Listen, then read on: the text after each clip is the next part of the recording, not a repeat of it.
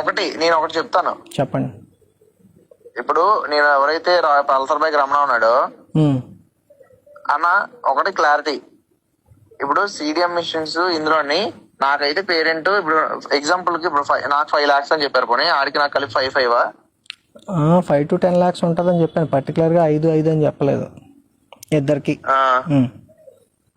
ఇప్పుడు అది అలాగే వేసామని చూపిస్తాం అసలు 5 to 10 lakhs. మరి ముందు మనం అలాగనే మాట్లాడుకున్నాం కదా, మీరే సజెస్ట్ చేశారు కదా అది.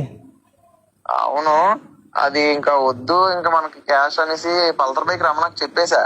అది నేను పల్సర్ బైక్ రమణకి ఏం చెప్పానంటే, ఆ రిషికి ఇవ్వడం కోసం క్యాష్ ఉంచండి, కాకపోతే ఇందులో కేసునని పబ్లిక్ అడిగితే చెప్పండి, అట్లాగా రిషికి ఇచ్చినప్పుడు బాగుంటది, మీ ఖర్చులకు ఉంటాయి కదా మీకు కూడా అన్నట్టు అనుకున్నాను నేను. అంటే మన అన్నాను, మనం నేను మధ్యలో మన మీద తినేసి మన కూడా ఉంటాడు.